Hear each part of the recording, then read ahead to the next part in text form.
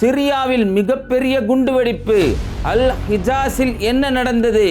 ட்ரம்பினுடைய கப்பல் தரை தட்டியது. ஹர்முஸில் பதட்டம். மேற்கில் சிறப்பு படையை குவித்த ஈரான். கடலில் மூழ்கிய ஹெலிகாப்டர். விமானியை தேடும் அமெரிக்கா. இஸ்ரேலுடன் சண்டையை தொடங்கிய துருக்கி.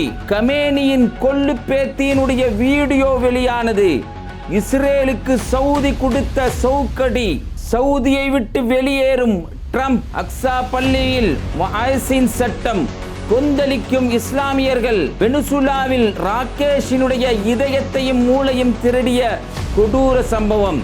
இப்படி இன்டர்நேஷனல் லெவல் நடந்திருக்கக்கூடிய பல முக்கியமான செய்திகளும் அந்த செய்திகளை ஒட்டி இருக்கக்கூடிய வீடியோக்களும் அந்த வீடியோடைய விளக்கங்களையும் தான் இன்ஷா அல்லாஹ் இந்த பதிவில் நம்ம பார்க்க இருக்கிறோம்.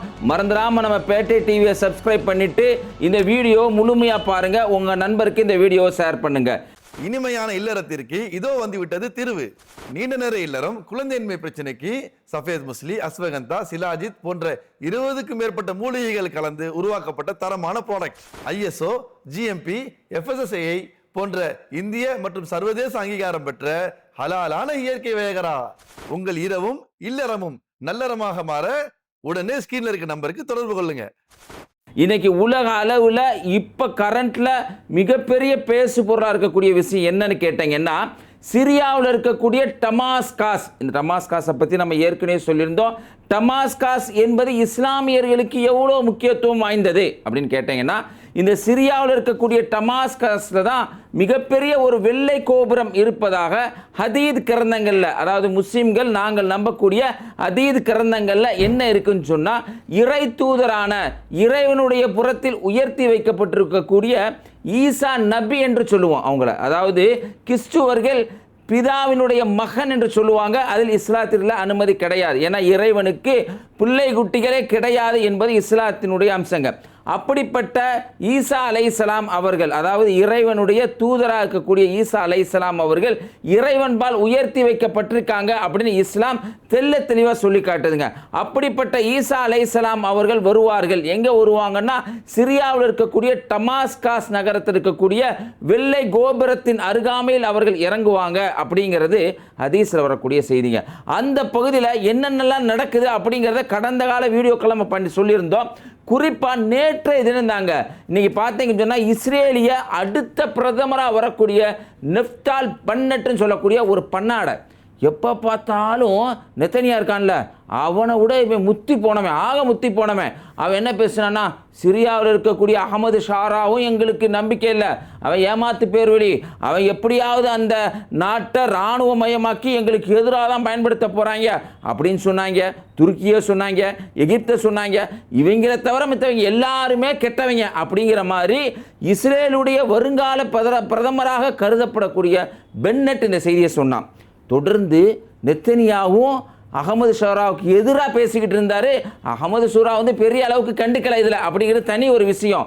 இன்னைக்கு இப்படிப்பட்ட இந்த டமாஸ்காஸில் இஸ்ரேலுடைய வெறுப்பு பேச்சும், இஸ்ரேல் தொடர்ந்து அந்த பகுதியை டார்கெட் பண்ணிக்கிட்டு இருந்த இந்த சிரியாவினுடைய டமாஸ்காஸ் பக்கத்தில் இருக்கக்கூடிய அல் நஸ்ர் அல் ஹிஜாஸ் அப்படிங்கிற ஒரு பகுதியில் இருக்கக்கூடிய ஒரு கேஃபே ஷாப். இந்த கேஃபே ஷாப் எங்கே இருக்குன்னு சொன்னால், இன்னைக்கு டமாஸ்காஸினுடைய நீதி அரண்மனை அப்படின்னு சொல்கிறாங்க. அதாவது ஒரு கவர்மெண்ட்டுடைய ஆஃபீஸ் மாதிரி தெரியுது, இல்லாட்டி அது ஒரு கோர்ட் மாதிரி தெரியுதுங்க. உச்ச நீதிமன்றம் நம்ம சொல்லுமா இல்லையா, அது மாதிரி தெரியுது. அதுக்கு அருகாமையில் இருந்த ஒரு கேஃபி ஷாப்பு. அந்த கேஃபி ஷாப்பில் மிகப்பெரிய ஒரு குண்டுவெடிப்பு. இந்த குண்டுவெடிப்பை பற்றி சொல்கிறப்ப லித்தியம் பேட்டரியை வச்சு வெடிக்கப்பட்டிருக்கலாம் அப்படிங்கிற தகவல் வருது. இப்போ வந்திருக்க இந்த கரண்ட் தகவல் அடிப்படையில் கிட்டத்தட்ட 4 பேர் இறந்து போயிருக்கிறாங்க அப்படிங்கிற செய்தி வந்திருக்கு. நம்ம ஏற்கனவே சொல்லியிருந்தோம், இஸ்ரேல் இந்த போர் நிறுத்த ஒப்பந்தத்தை எப்படியாவது முறியடிச்சு எப்படியாவது போர் செய்யணும், தன்னுடைய ஆட்சியை தக்க வச்சுக்கொள்ளணும், தன்னுடைய வெறுப்பின் மூலமாக பல பேரை கொல்லணும் அப்படிங்கிறதா இவனுடைய எண்ணங்கிறத நம்ம தெல்ல தெளிவாக சொல்லியிருந்தோம்.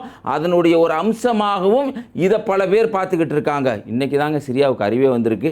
சிரியாவினுடைய வெளியுறவுத்துறை அமைச்சர் என்ன சொல்கிறாருன்னா, இத்தனை நாள் பேசவே இல்லை, லெபனானை பற்றி பேசுகிறப்ப லெபனான் நாங்கள் சும்மா விட மாட்டோம், ஹிஸ்புல்லாவை நாங்கள் சும்மா விட மாட்டோம் அப்படின்னு பேசிக்கிட்டு இருந்தாங்க. இன்றைக்கி என்ன சொல்கிறாங்கன்னா, வெளியுறவுத்துறை அமைச்சர் என்ன சொல்கிறார், லெபனானில் இப்போ தாக்குதல் நடந்ததுக்கப்புறங்க லெபனானில் தாக்குதல் நடத்தக்கூடிய எந்த தாக்குதல் நாங்கள் ஏற்றுக்க மாட்டோம்.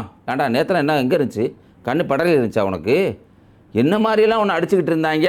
லெபனானில் என்ன மாதிரிலாம் தாக்கிக்கிட்டு இருந்தாங்க. இந்த வீடியோ பாருங்கள். இந்த குழந்தை தன் தகப்பனார் தெற்கு பக்கம், அதாவது லெபனானுடைய தெற்கு பக்கத்தில் போய் என்னுடைய அப்பாவை காண இந்த ஃபோட்டோ வச்சு இந்த குழந்தை கதறி அழுகுதுங்க. மொழி பேசக்கூடியவங்க, அது கூட உனக்கு தெரியலையா? ஒரு நியாயத்துக்கு குரல் கொடுக்கணும்ல. முஸ்லீம் அப்படிங்கிறதுக்காக குரல் கொடுக்கக்கூடாது. முஸ்லீம் தவறுன்னு சொல்லணும். அதைத்தான் நம்மளுக்கு இஸ்லாம் சொல்லி தந்திருக்கு. நபிகளார் அதைத்தான் வழிமுறையாக காட்டி தந்திருக்காங்க. நம்ம அப்படி கேட்கல, நியாய அடிப்படையில் கூட பேசலை. இந்த குழந்தை வச்சிருக்க இந்த ஃபோட்டோவை பாருங்க. இப்போ இந்த குழந்தை வச்சிருக்க ஃபோட்டோவை இந்த வீடியோலாம் வைரலானதுக்கு பிறகு இன்னைக்கு சிரியாவினுடைய வெளியுறவுத்துறை அமைச்சர் இல்லை, நாங்கள் லெபனானில் இஸ்ரேல் தாக்குறது எதையும் நாங்கள் ஏற்றுக்க மாட்டோம் அப்படின்னு ஒரு கண்டனத்தை பதிவு செஞ்சிருக்கிறார். இதுக்கெல்லாம் வெளியுறவு நாடுகள் என்னென்ன சொல்கிறாங்க அப்படிங்கிறத இங்கே தெரிஞ்சுக்கிறதுக்கு முன்னாடி ஒரு முக்கியமான செய்தி. ஹர்முஸ் ஜலசந்தியில் கப்பல்லாம் நான் சொல்கிற ரூட்டில் போங்க அப்படின்னு சொல்லி ட்ரம்ப் அந்த கப்பல்லாம் அமுச்சு வச்சான். சொல்லும்போது அவருக்கு எது சம்பவம் ஞாபகம் வருதுன்னா, வடிவில் ஒரு சீட்டு காமெடியில் போடுவார். மச்சான் இதை போடு மச்சான், இந்த சீட்டை இதை போடு, இதே வேணாம் மாப்பிள்ள சீட்டை தூக்கி போட்டவுடனே அந்த விளையாட்டில் தோற்று போயிடும். தோற்று போனோடனே தள்ள துண்டை போட்டு எவனுக்கு விளையாட தெரியும் அப்படின்னு சொல்லுவாங்களா, அது மாதிரி இருந்துச்சு. இந்த ஹர்முஸ் ஜலசந்தியில் இந்த சைடு போங்க நான் பாதுகாப்பு தரேன்னு சொல்லி ஒரு கப்பல் அமைச்சு, பெரிய கப்பல். அதை பார்த்தீங்கன்னா இந்த வீடியோ பார்த்தீங்கன்னா உங்களுக்கு தெரியும். மிகப்பெரிய கண்டெய்னர், கிட்டத்தட்ட 4000 கண்டெய்னர்கள் இருக்கக்கூடிய மிகப்பெரிய கப்பல் தர தட்டின உடனே ஈரான் ஏற்கனவே அவங்க சுங்க கட்டணத்தை என்னென்ன மெயின்டெனன்ஸ் சார்ஜுன்னு சொல்லி வசூல் பண்ணுற ஐடியாவில் இருந்தாங்க. ஈரான் உடனே என்ன பண்ணிட்டாங்கன்னா, கப்பலை பிடிச்சி எங்கள் போக்குவரத்தை மீறி இருக்க, அது மட்டும் இல்லாமல் உனக்கு ஃபைன் போடுவோம். யாருக்குன்னா கப்பலுடைய முதலாளிக்கு ஃபைன் போடுவோம், எங்கள் பேச்சை கேட்காம போன காரணமா அப்படின்னு சொல்லி இன்றைக்கி ஃபைனை போட போகிறாங்க. ஈரான்ங்கிறது சர்வதேச அளவில் அமெரிக்காவினுடைய வழிகாட்டுதல் எவ்வளோ தவறாக இருக்குது அப்படிங்கிறதுக்கு ஒரு ஆதாரமாக இருக்குது. நெட்டிசன்கள் ஒருத்தன் போட்டிருக்காங்க, தமிழ்நாடு மாதிரி தெரியுது. ட்ரம்ப் தரதட்டிருச்சு, உனக்கு புரியவங்களுக்கு புரிஞ்சிருக்குன்னு நினைக்கிறேன். ட்ரம்ப் உனக்கு தரதட்டிருச்சு அப்படிங்கிற மாதிரி போட்டிருக்கிறாங்க. இதுவுமே சர்வதேச அளவில் மிக முக்கியமான செய்திகளில் ஒன்றுங்க. அதே மாதிரி சவுதி அரேபியா, இங்கே பாருங்கள், நல்லா ஒன்று தெரிஞ்சுக்கங்க. தவறு நடந்தால் தவறுன்னு சொல்லணும், சரி நடந்தால் சரின்னு சொல்லணும். இதுதானே சவுதி தவறு செய்யும்போது நம்ம விமர்சிக்கிறோம், சவுதி சரி செய்யும்போது அது சரி நம்ம சொல்லணும். இதுதான சரியான வழிமுறை. சவுதியினுடைய வெளியுறவுத்துறை அமைச்சர் இன்னைக்கு பேசியிருக்கிறார். காசாவில் பாலஸ்தீன மக்கள் விருப்பப்பட்டு வெளியில் போகிறாங்களாம். இந்த வெள்ளைக்குரங்கு இருக்கானே, எனக்கு அப்படியே வாயில் வர்றது என்ன சொல்கிறதுன்னு தெரியல. நெத்தனியாக இருக்கானே, விருப்பப்பட்டு எல்லோரும் வெளியில் போகிறாங்க. அடப்பாவிகளா! அதாவதுங்க பினாமி ஃப்ளைட் எடுத்துகிட்டு வந்தாங்க. கோரம் சோளம் பகுதியில் அந்த ரஃபாவுடைய கிராஷில் பினாமி ஃப்ளைட் எடுத்துகிட்டு வந்து உள்ள ஒரு மேப்படியான வச்சு பல பாலஸ்தீனில் கடத்தி கொண்டு போய் ஃப்ளைட்டில் கொண்டு போய் வேற ஒரு நாடு, எங்கே தென்னாப்பிரிக்காவில் இருக்கக்கூடிய ஜோகன்ஸ்பர்க்கில் கொண்டு போய் இறக்கி விட்டாங்கிறது கடந்த கால சம்பவங்க. இன்றைக்கி என்ன சொல்கிறாங்கன்னா, மக்கள்லாம் வெளியில் விருப்பப்பட்டு ஏறுறாங்க அப்படின்னு சொன்னோன்னே இன்றைக்கி வெளியுறவுத்துறை அமைச்சர், சவுதியினுடைய வெளியுறவுத்துறை அமைச்சர் இன்றைக்கி பேசக்கூடிய இந்த வார்த்தை முத்தாய்ப்பான வார்த்தைங்க, வரவேற்கணும். என்ன சொல்கிறாருன்னா, பசியை போட்ட குண்டை போட்ட அவங்கள இடம்பெயர சொன்ன, அவங்க வெளியில் போகிறாங்க இன்றைக்கி ஆசைப்படுறாங்களோ, ஏன்டா இப்படிலாம் இட்டு கட்டுறீங்க, இந்த ஆக்கிரமிப்பை ஒரு காலமும் ஏற்றுக்க முடியாது அப்படின்னு சொல்லி இன்னைக்கு சவுதி அரேபியா பேசியிருக்காங்க. பேசினதுக்கப்புறம் அதை ஒட்டி நடந்த சம்பவமா இல்லை அதுக்கு முன்னாடி நடந்த சம்பவமான்னு தெரியலங்க, நிறைய சம்பவம் நடக்குது. என்னன்னு சொன்னால், ட்ரம்ப் என்ன சொல்கிறான்னா, நாங்கள் சவுதியிலேருந்து வெளியேற போகிறோம். போய் தோலை சனியை பிடிச்சிடும், போட கொள்ளையில் போயிடுவான். ஏன்னா எங்கே போனாலும் எந்த நாட்டிலேயாவது ஆட்டையை போட்டு அங்கேயாவது திண்டி அப்படியே டேக்ஸை போட்டு அங்கே அவங்களுடைய வளங்களை கொள்ளையடிக்கிற வேலை. நாங்கள் சவுதியை விட்டு வெளியேற போகிறோம், எங்களுக்கு நாங்கள் என்னென்னா கடந்த காலம் இந்த போர், இந்த பிப்ரவரி 28 நடந்த போரில் நாங்கள் அனுமதி கேட்டோம். பிரின்ஸ் அல் சுல்தானுடைய விமானத்தளத்தில் அனுமதி கொடுக்கல. அனுமதி கொடுத்தோன்னே நிர்பந்தித்தவொன்னே 3 நாளில் முகமது பின் சல்மான் அனுமதி கொடுத்துட்டான். அனுமதி கொடுத்து என்ன பண்ணான்னு சொன்னால், எங்கிட்ட பேட்ரியாட், அதாவது தடுப்பு ஏவுகணையை கேட்டான். ஈரானுடைய ட்ரோன்லேருந்து தாக்குதல் வந்தால் தடுப்பு ஏவுகணை கேட்டான். நாங்கள் தரமாட்டேன்னு சொன்னோன்னா பாகிஸ்தான் வழியாக வாங்கிட்டான். பாகிஸ்தான் வழியாக கூட்டமைப்பு போட்டு அவன் வாங்கிட்டான். இப்படியே இதே ஸ்லாங்கில் வாங்கிட்டான் அவன். அதனால் நாங்கள் வெளியே வர போகிறோம் அப்படின்னு சொல்லி சவுதியை பார்த்து இன்றைக்கி ட்ரம்ப் சொல்லியிருக்காராம். மக்கள் என்ன போய் தொலை அப்படிங்கிறாங்க. உண்மையிலே இங்கே போனால் அந்த நாடு நல்லா இருக்கும் அப்படிங்கிறது தான் இங்கே நீங்கள் தெரிஞ்சிக்க வேண்டிய செய்திகள் ஒன்று. வெனிசுலாவில் நடந்திருக்கக்கூடிய ஒரு விஷயம், இந்த ஃபோட்டோவை பாருங்கள்.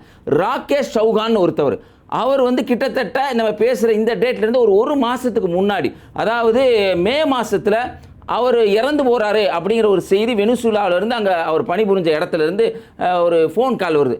ஃபோன் கால் எப்படி இறந்தாங்க மனைவி கேட்குறாங்க பதட்டத்தில்.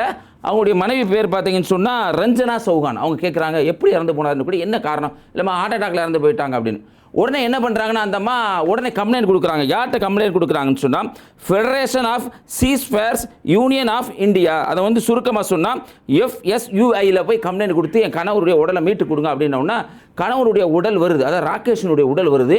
ராகேஷனுடைய உடலை செக் பண்ணால் அந்த போஸ்ட் மார்டம் அப்படி சொல்லுவாங்கள்ல, அதில் செக் பண்ணால் பார்த்தீங்கன்னா அவருடைய இதயம் இல்லை, கல்லீரல் இல்லை, மூளை இல்லை, இப்படி மெயினான உடலுடைய மெயினான பாகங்கள் இருக்குல்ல, கண்ணில் எல்லாத்தையும் நோண்டி எடுத்திருக்கிறாங்க.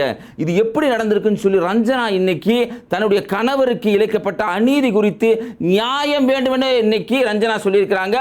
உண்மையான நியாயத்தை மோடி கொடுப்பாரா அப்படின்னு இன்னைக்கு உலகம் கேள்வி கேட்டுட்டு இருக்காங்க. ரஞ்சனாவுக்கு குரல் கொடுக்க நம்ம தயாராக இருக்கணுங்கிறத நம்ம பேட்டை டிவி சார்பாகவும் நம்ம சொல்லிக்கொள்கிறோம். ஆயத்துல்லா அல் கமேனியினுடைய கொள்ளு பேத்தியினுடைய வீடியோ இப்போ வேலையில் இருக்குங்க. இந்த வீடியோ பாருங்கள், இதுதான் அந்த கொள்ளு பேத்தி. இந்த கொள்ளு பேத்தியினுடைய வீடியோ வந்தவுடனே அமெரிக்கக்காரன் பதறி அலறான். இது வந்து எப்பயுமே பார்த்தீங்கன்னா இந்த வீடியோலாம் இதுக்கு இப்போயே வெளியிட்டிருப்பாங்க, இதுக்கு முன்னாடியே இந்த வீடியோலாம் இருந்திருக்கும். இருந்தாலும் ஸ்ட்ராட்டஜி ப்ளே பண்ணுறாங்க. ஏன்னா நான் வெள்ளிக்கிழமை அன்னைக்கு பார்த்தீங்கன்னு சொன்னால் ஆயத்துல்லா அல் கமேனி அவர்களுடைய ஊர்வலம் அப்படின்னு எடுத்துகிட்டு போகிறாங்க. சியாக்கள் செய்யக்கூடிய இந்த ஊர்வலம் இஸ்லாத்தில் அனுமதி இல்லைங்க, அதை நம்ம செய்தியாக சொல்லிக்கொள்கிறோம். அவங்க ஊர்வலங்கிற பேரில் நெஞ்சில் அடிச்சுக்கிட்டு முதுகில் அடிச்சுக்கிட்டுலாம் போவாங்க. இதில் இஸ்லாத்தில் அனுமதி கிடையாது. இப்படிப்பட்ட ஊர்வலத்தை அவங்க செய்ய இருக்கிறாங்க. இதில் பல நாடுகள்லேருந்து ஆள்கள் வர்றாங்க. குறிப்பாக ஐரோப்பா நாடுகளை தவிர்த்து ரஷ்யாவிலிருந்து பல பேர் வர்றாங்க. ஆயத்துல்லா அல் கமேனியை வச்சு மக்கள்கிட்ட நம்ம இழந்திருந்தக்கூடிய பாதிப்புகளை வச்சு அமெரிக்காவுக்கு எதிராக வேலை பார்க்கணும் அப்படிங்கிற விஷயத்தை உறுதிப்படுத்துறதுக்காக. ஆயத்துல்லா அல் கமேனி இறந்து போயிட்டார். வெள்ளிக்கிழமைக்கு நடக்க போகுது.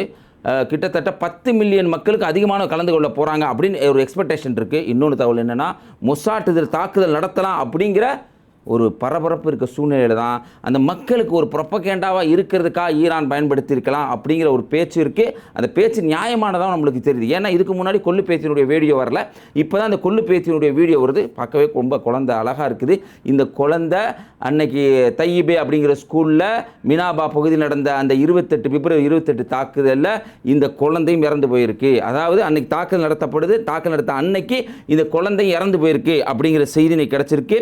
அதே மாதிரி பார்த்தீங்கன்னா இஸ்ரேல் வந்து தொடர்ந்து இன்னைக்கு துருக்கியோட ஒரு சண்டை போய்கிட்டே இருக்கு. நம்ம ஏற்கனவே சொன்னோம் தைஃப் எர்துவானுக்கு எதிராக இன்னைக்கு நெத்தனியா சொல்லும்போது என்ன சொல்கிறான்னு சொன்னால் இந்த 400 ஆண்டு, அதாவது உதுமான் பேரரசு சொல்லி உதுமான் பேரரசு 400 ஆண்டு காலம் தான் ஆட்சி செஞ்சாங்க, இன்னைக்கு வந்து அதை விட வலிமையாக நாங்கள் வந்து இஸ்ரேல் இருந்துக்கிட்டு இருக்கோம் அப்படின்னு சொல்லி இருமாப்போட எப்போயும் ஒரு தெனாவட்டோட தானே பேசுவான்.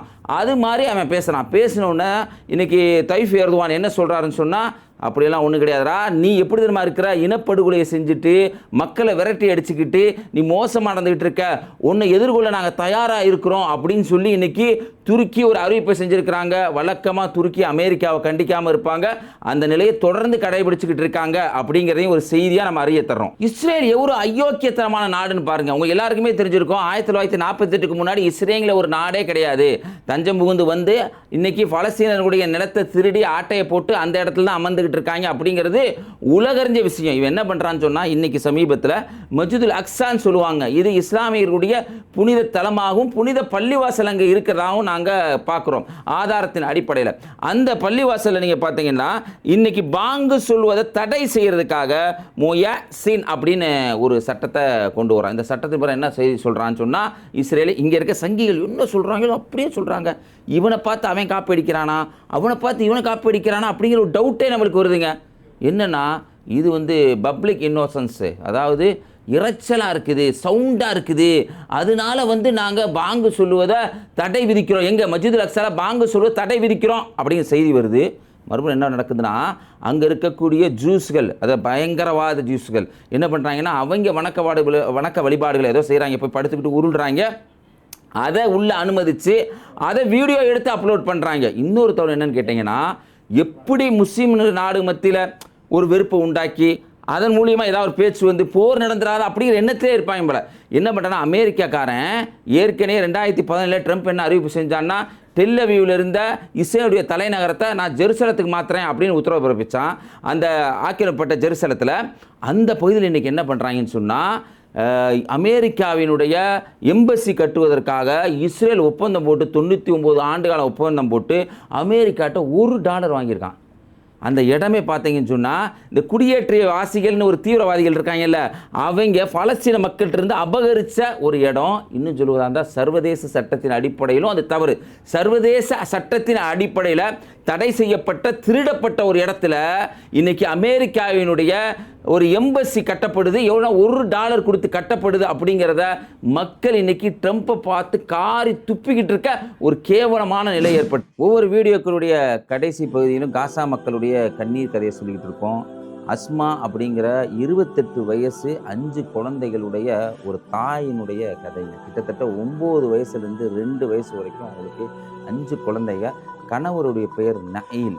இவங்க காசாவினுடைய வடக்கு பகுதியில் இருக்காங்க. வடக்கு பகுதியில் இருக்கும்போது இவங்க தங்கியிருந்த பல இடங்கள், ஒரு இடங்கள்ல பல இடங்கள்ல இது எங்கள் கட்டுப்பாட்டு கீழே வந்துருச்சு, உடனே போயிருங்க, குண்டை போட்டுருவோம்னு சொல்கிறப்ப ஒவ்வொரு முறையும் தப்பிச்சு நாங்கள் போனோம். நாங்கள் அப்படி தப்பிச்சு போகிறப்ப என்ன நிலை ஏற்பட்டுச்சுன்னா, ஒரு கட்டத்தில் குண்டை போட்டுருவோன்னு சொன்ன நேரத்தில் இப்போ உடனே போடப்போகிறேன் அப்படின்னு சொன்னனால பயந்து போய் சர்டிஃபிகேட்டு, குழந்தைகளுக்கு தேவையான 2 வயசு தான் அவங்களுக்கு குழந்தை இருந்துச்சு, குழந்தைகளுக்கு தேவையான அந்த சொற்று இற்று போர்வை எதுவுமே எடுக்காமல் வெளியில் ஓடி நாங்கள் வெளியில் தெற்கு பகுதியில் இருக்கும்போது குழந்தைகளுக்கு பாலைவன குளிர் தாங்க முடியலை. என்னுடைய கணவர் நயீல் என்ன பண்ணுறாருன்னா, அவருடைய சகோதரர், அவர் ஃப்ரெண்டெல்லாம் அழைச்சிக்கிட்டு, பரவாயில்ல நம்ம எப்படியாவது போய் குழந்தைகளுக்கு பெட்ஷீட் எடுத்துகிட்டு வந்துடுவோம், குழந்தைய குளிரில் தாங்காது அப்படின்னு அவர் போகும்போது வடக்கில் அவர் இருந்த வீட்டில் அப்படியே குண்டை போடுறாங்க. கூட போன தம்பி, ஃப்ரெண்டு எல்லாருமே இறந்து போயிடுறாங்க. இந்த அஸ்மாங்கங்கிற தாய் தேம்பி அழுகிறாங்க. வேறு வழி இல்லாமல் தன்னுடைய மகன் அப்துரஹ்மான் 9 வயசு பையனை வயிற்றுக்காக நம்ம ஏதாவது சாப்பிடணுமே, எங்களுக்கு சாப்பிட்றதுக்கு வழி இல்லைன்னு சொல்லி ஏதாவது ஒரு கடையில் எங்கேயாவது போய் வேலை பார்ப்பா, காசு எங்கே வேலை பார்க்க வழி இல்லை, ஏதாவது கிடைக்குமா போப்பான்னு 9 வயசு ஒரு பையனை தாய் வேலைக்கு அனுப்பிச்சிட்டு உள்ளே போயிட்டு வரப்போ உயிரோடு வருவானா என்னன்னு தெரியாமல் நான் வாழ்க்கையை கழித்தேன். ஒரு நாள் நான் என்ன பண்ணேன்னு சொன்னால், என்னுடைய கூடாரத்தில் தங்கி இருக்கும் போது என் பையன் வந்துக்கிட்டு இருந்த ஒரு பகுதியில் UNRAW ஐநாவினுடைய பள்ளி நடத்தக்கூடிய பகுதியில் குண்டு போட்டாங்க. என் புள்ள மேலே தான் குண்டு விழுந்துருச்சு. 2 பசங்க வெளியில் இருந்தாங்க. அப்துரஹ்மான்ங்கிற பையனும் அதே மாதிரி பார்த்தீங்கன்னா இன்னொரு பையனுடைய பேரை சொல்கிறாங்க. 2 பசங்க வெளியே இருந்தோடனே நான் தேடி ஓடியே போனேன். அதில் 6 வயசு பையன், அவனுக்கு ஒன்றும் ஆகலை. இந்த அப்துரஹ்மான்கிற 9 வயசு பையனுக்கு பாதிப்பு ஏற்பட்டுருச்சு. ஆம்புலன்ஸில் தூக்கிட்டு போனாங்க. அந்த தாய் அந்த ஆம்புலன்ஸை துரத்தி பிடிச்சி அங்கே இருக்கக்கூடிய அக்ஸா மருத்துவமனை, அந்த மருத்துவமனையில் கொண்டு போன உடனே அந்த தாய்கிட்ட அந்த டாக்டர் சொன்னாங்கன்னா, அவங்க மகனுடைய காலை எடுக்கணும்.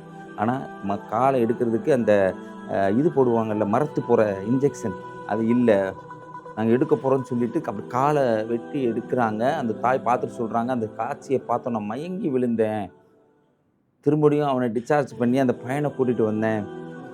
அதே முகாமில் எங்கே அடிபட்டானோ அதே முகாமில் இப்போயும் நான் தங்கியிருக்கிறேன். காரணம் என்னன்னா, எனக்கு போகிறதுக்கு வழி இல்லை, கணவர் இல்லை, இது இஸ்ரேலால் திட்டமிட்டு எங்கள் மேல் திணிக்கப்பட்ட கொடுமை அப்படின்னு அந்த தாய் சொல்கிறாங்க. சம்பாரித்து கொடுத்துக்கிட்ட 9 வயசு பையனுடைய காலை கூட இஸ்ரேல் எடுத்துட்டாங்கன்னு சொல்லி தன்னுடைய வலியும் வேதனையும் நம்மக்கிட்ட பகிர்ந்துக்கிறாங்க. உண்மையிலேயே இந்த தாய்க்காக இது வரக்கூடிய எல்லா தொழிலும் நம்ம பிரார்த்தனை செய்யணும். அவங்களுடைய வாழ்வாதாரம், சாப்பிட்றதுக்கு சாப்பாடு கிடைச்சா போதும்னு நினைக்கிறாங்க. அது எப்படின்னா, நம்ம சாப்பிட்ற மாதிரி சாப்பாடலாம் இல்லைங்க, கோதுமை ரொட்டி, பருப்பு, கீரை இது மட்டும் இருந்தால் போதும் அப்படின்னு நினச்சி தான் வாழ்க்கையை நான் கழிச்சிக்கிட்டு இருக்கேன் இப்படின்னு இன்ன வரைக்கும் அந்த தாய் சொல்லிக்கிட்டு இருக்காங்க. இதுதான் காசா மக்களுடைய உண்மையான நிலை. இது பல பேருக்கு தெரிஞ்சிருக்காது. உண்மையிலேயே இந்த செய்தியை உலகறிய செய்து நம்முடைய பொறுப்பு. மறந்துடாமல் இந்த வீடியோ உங்கள் நண்பருக்கு ஷேர் செய்யுங்க. இந்த வீடியோவை பற்றி உங்களுடைய கருத்தை கமெண்ட்டில் பதிவு செய்யுங்க. தொடர்ந்து இணைந்திருப்போம். அஸ்ஸலாமு அலைக்கும்.